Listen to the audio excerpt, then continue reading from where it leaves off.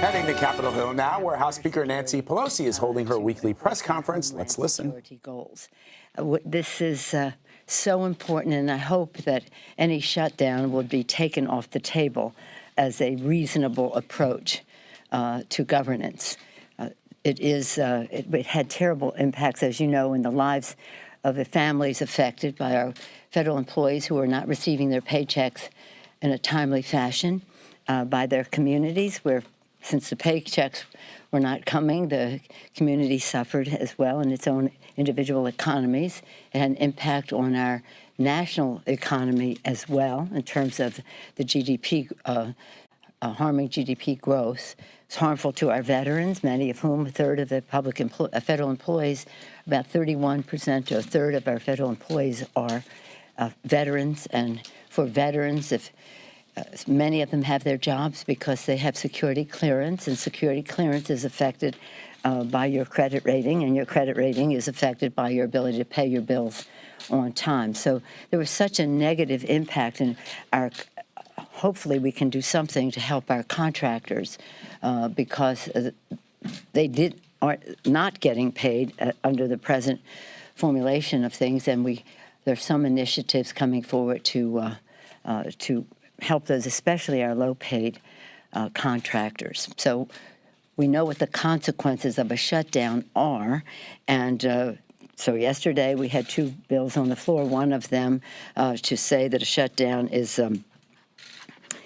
wrong, and 163 Republicans voted no to a resolution that said shutdowns are wrong. 163 voted. Only 21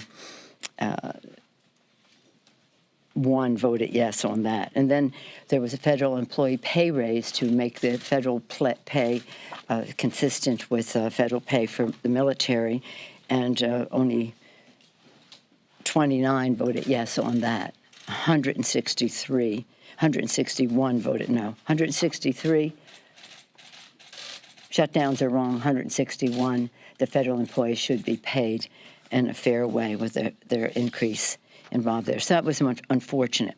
So what is fortunate is that we have a conference committee that is working in, I think, good spirit. The opening statements yesterday, I think, were promising.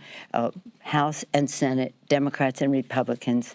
Again, as an appropriator, I take pride in the ability of the appropriations members to reach consensus left to their own devices without any other interference. I look to them for guidance. They know their brief. They know the dollar amounts. They know the impact of investments, and all of them. Many of them have experience in all of this. I was very proud of our conferees, including one relatively new member, Mr. Aguilar, because he's the vice chair of the Appropriations Committee in the House, and he is therefore one of the fewer than 5 terms members. So we had every aspect of our caucus represented there. The border security, those members, our 6 conferees, came forth with a public statement about border security, and they put forth what they saw as the best way, the most cost-effective way to have border security. They talked about 1,000 new customs officers, new imaging technology, and critical repairs at the land ports of entry. As you know, 90% of whatever comes into our country comes through, in the southern border, comes through the ports of entry, whether it's asylum seekers or whether it is our drugs and the rest of that. So having more funding to repair and expand the ports of entry is very important. The technology that goes with that, non-intrusive scanning, that cars and trucks and all can go right through without stopping, and the rest with improved technology, very important. And then new equipment at mail processing facilities to interdict fentanyl and other opioids shipped through international mail. That's a big issue for us. And cutting-edge technology, not only at the ports of entry, but other places on the border. And then expansion of the Border Patrol's air and marine operations along the border and U.S. waters. So that's not the total package, but there are some of the major points of discussion, I would hope, as we go forward now. But I was pleased with yesterday. I thought everybody was of good intention, and that is the way the Appropriations Committee usually works.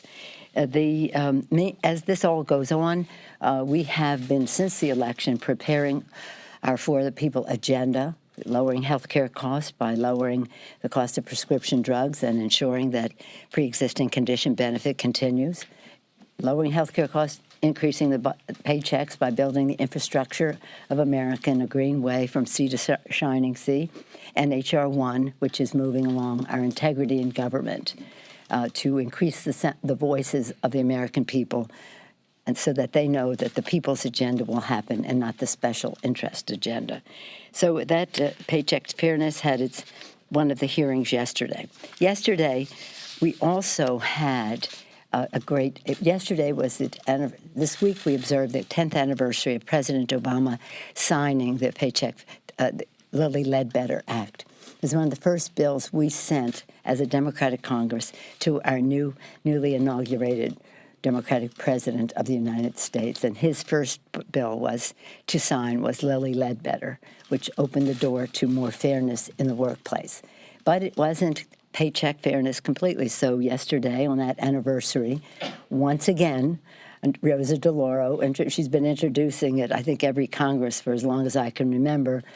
We did pass it a number of times when we had the majority, but we couldn't get the 60 votes in the Senate, so it never was taken up there. Now Patty Murray is a co-sponsor of the lead sponsor in the Senate on that, and that is equal pay for equal work. Yesterday was the 10th anniversary, as I've said now 3 times.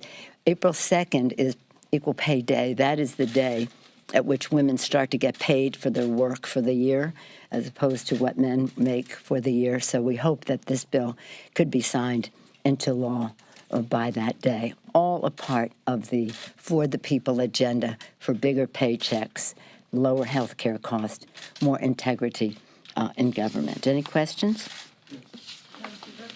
Yes, ma'am. We got the blue sign today. How about this? Blue. Think blue. During the government shutdown, we heard from President Trump and his offering to provide 3 years of protection for DACA recipients. I'm wondering if in these current negotiations, if the fate of Dreamers is being discussed, or, are Dreamers getting lost? First of all, let me clarify what the president did.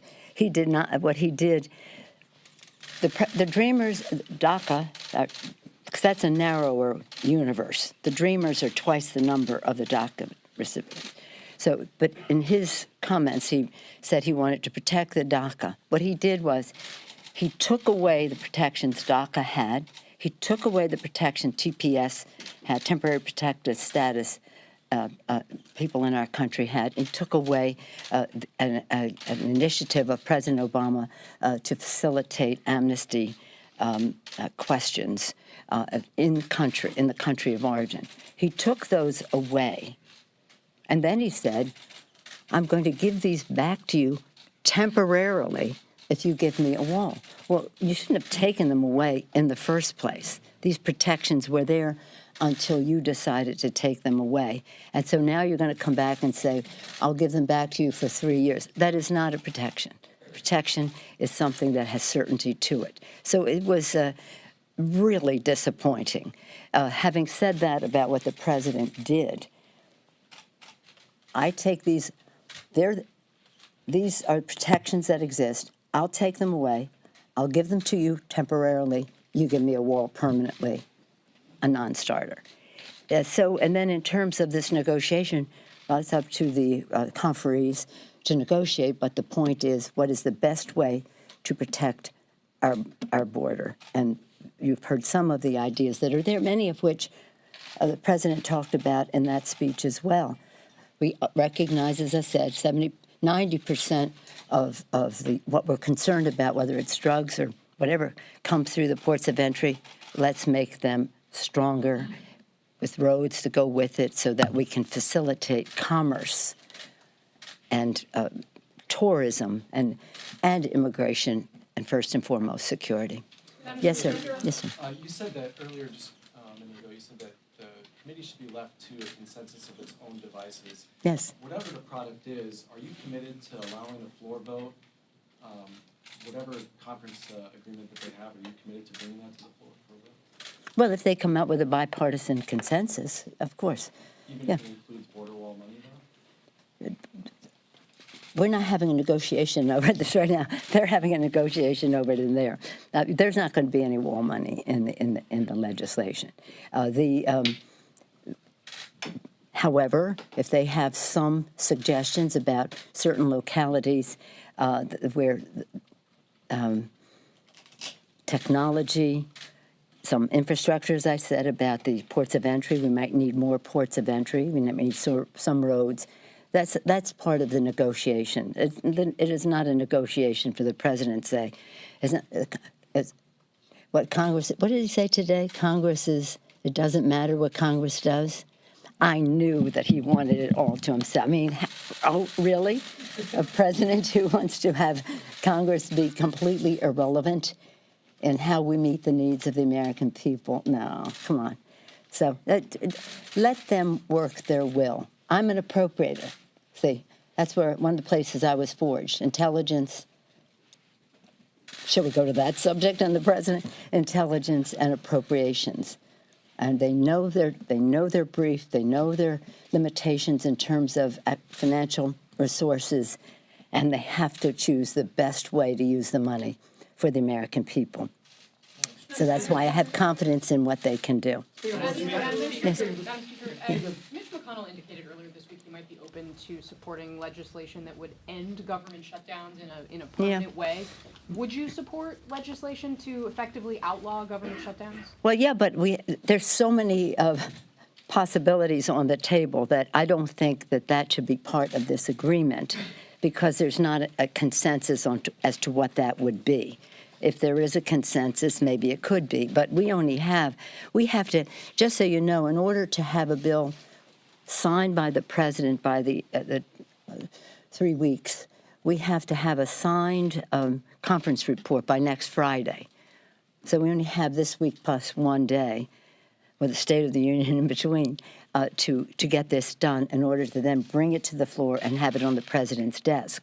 So to the extent that we can keep it simple, what is this about? This is about border security, homeland security, which is a bigger issue, and it's about the 6 other bills that need to be passed in order to completely open up government, but which are not controversial.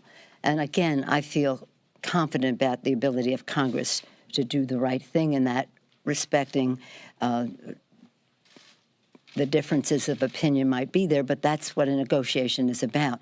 So could there be a consensus? I know of at least 3 different versions of the story. And you have to have a consensus, keep it simple. If it's something that can be injected there, yeah. But certainly we should not have any more shutdowns. Yes, Chad? You often talk about the diversity of viewpoints in the Democratic caucus. Yeah. There are pro-life Democrats in your group. Considering the comments from Governor Northam yesterday, how does that make it harder for pro-life Democrats in the party? Does that cause problems? I'm sorry, I just don't know what he said yesterday. I just don't know. Yes? Are you going to ask a new question, or is it the same old, same old? Friday, after the Roger Stone arrest, you put out a statement saying the president's continued actions to undermine the special counsel investigation raise the question, what does Putin have on the president politically, personally, or financially? Do you really believe that the Kremlin has something compromising on this president? I think it's a question. But by the way, I've been asking that question for 2 years, almost as long as you've asked me, is there any money for the wall in the bill? No, I've always said that. What is this? What is this? Something is wrong with this picture. Yeah. Yes, ma'am. Nancy. You talked about intelligence, and obviously your counterpart in the Senate, Chuck Schumer, sent a letter to the DNI yesterday. I just learned that, Are you planning to take any further action given the discrepancies between the president and his intelligence advisors when it comes to global hotspots? Well, I think what the public saw this week was the fact that the president has not paid attention to the intelligence that has been given to him on many of these subjects. I thought it was courageous that the different heads of different aspects of our intelligence community spoke truth to the country and to power. Their opening statements are usually vetted by the White House. So they made their statements, and also they answered the questions. I'll see what our intelligence, I'm very proud of Adam Schiff and the members of the Intelligence Committee as to when they will have that, that particular presentation made to the House Intelligence Committee in open forum. There may be some closed activity with the Appropriations Committee. I'm not sure about that. But it was stunning. And as I say, as one who's started in the early 90s as an appropriator and one who served as a ranking member, the job that Adam Schiff had until he now became chairman, and then ex officio for all the years I've been leader or Speaker of the House, I track this very closely. And one dismaying factor of it all is that the president just doesn't seem to have the attention span or the desire to hear what the intelligence community has been telling him. So for him to make the statement that he did yesterday, that's cause for concern. And what's the practical implication of that when it comes to keeping our country safe?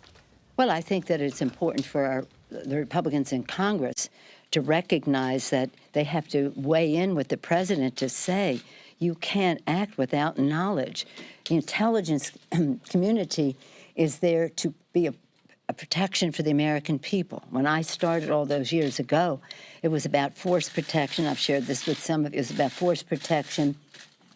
It was about other overarching issues, money laundering and those kinds of things and how they affected our security. But then, of course, the anti-terrorism initiatives in the 90s emerged, and you know much of what has happened since then. But it is a real protection for us to keep us from having to go into initiate hostilities, or if we do, to make sure that we have the intelligence to protect our men and women in uniform, and also to fight terrorism in its many forms. So for the president to say almost, again, we don't need Congress, and I know more about what's happening in our threats in the world, worldwide threats, than the intelligence community, even though I haven't paid attention when people have described it to me, that's a cause for concern, and I would hope that the Republicans in the Congress would either have an intervention with the president about that or recognize the problem that it faces to our country and take some congressional action. No, this is the last one. Yes, ma'am. Thank you, Madam Speaker. Do you agree with Democratic Caucus Chair Jeffries when he says enhanced fencing should be on the table in these negotiations? I don't know that I did not hear his comments, but you know, did you see the presentation yesterday of Henry Cuellar of Texas? He was the only border person, actually, although all of our Californians are a border state, but in Texas, he's a border. He represents Laredo and surrounding areas there. And he showed the border. Many places on the border, there are cliffs, there's a river, and there's 600 miles of something. 300 of them are Normandy fences. They go like this. You know what a Normandy fence is? 300 miles of this, so the cars cannot go by. If the president wants to call that a wall, he can call it a wall. He's referencing it. We already have almost 700 miles of wall. So again, is there a place where enhanced fencing, Normandy fencing would work? Let them have that discussion, because it's all about two things. Cost-benefit analysis. What's the best way and what do you get for your dollar in order to protect the border? And it's also about, and this will be coming up if he takes some extraordinary action, the opportunity cost of the money. if the money can be used better for technology, then let's see what's the best. And by the way, when some of these fences were built, the technology was not what it is today. So you have to look at technology in a new form. Just as we say that, should we all just get landlines in our home, or should we have smartphones? Well, what should we be doing on the border that's like a landline versus the technology that our personnel on the border should have? So what they're talking about is more personnel, enhancements of the ports of entry, which require construction. We already had that in the bill we passed last week in terms, it went under the Department of Treasury appropriations bill because it's GSA, all that stuff. More on the subject than you may want to know. So you let the negotiators see if there's something that could. There are only about 30 miles left. If you saw Mr. Cuellar's presentation of the 700 that have not been, and a lot of it is let the cars go by. Some of it is about levees and the rest of that. So what do they have to say for that last 30 miles? Thank you all very much. Thank you. All right. House Speaker Nancy Pelosi, the refrain that we've heard over and over from the Speaker, there will not be any money for the wall.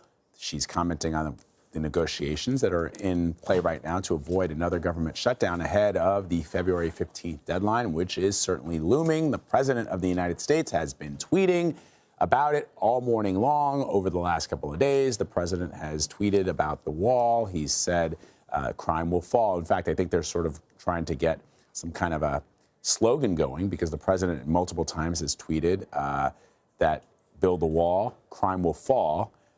No statistics have come out to shore up that claim. But you are seeing the President, who is clearly still talking about the wall. He's tweeting about it. It's very much a part of his mind. In fact, the President at one point tweeted saying that if the ones that are negotiating the compromise on border security cannot come up with money for the wall, then he reserves the right to declare a national emergency. So let's get straight to Nancy Cordes, who was in that briefing with House Speaker Nancy Pelosi. So, Nancy, what was your biggest takeaway from what Speaker Pelosi had to say today?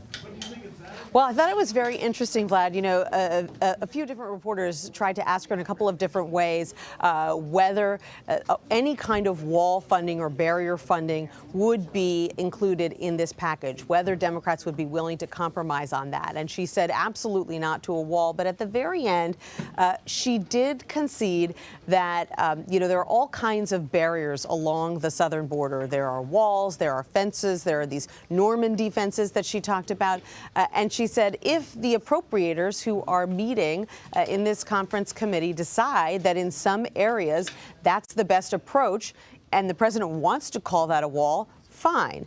So basically she is creating some space for at least the discussion of barriers, whether it is fencing or some other kind of barrier. That is something that she had been avoiding for a while, not wanting to come down one way or the other on whether, you know, this broader interpretation of barrier is something that would be included. It wasn't in the package that Democrats proposed yesterday, but she did say there that, you know, in some places it might be appropriate, and that if that's what the appropriators come up with, that she's okay with it. So it is interesting, Nancy, that you point that out and Speaker Pelosi's remarks, because the President of the United States tweeted earlier today, and I'm going to quote him here, let's just call them walls from now on and stop playing political games. A wall is a wall.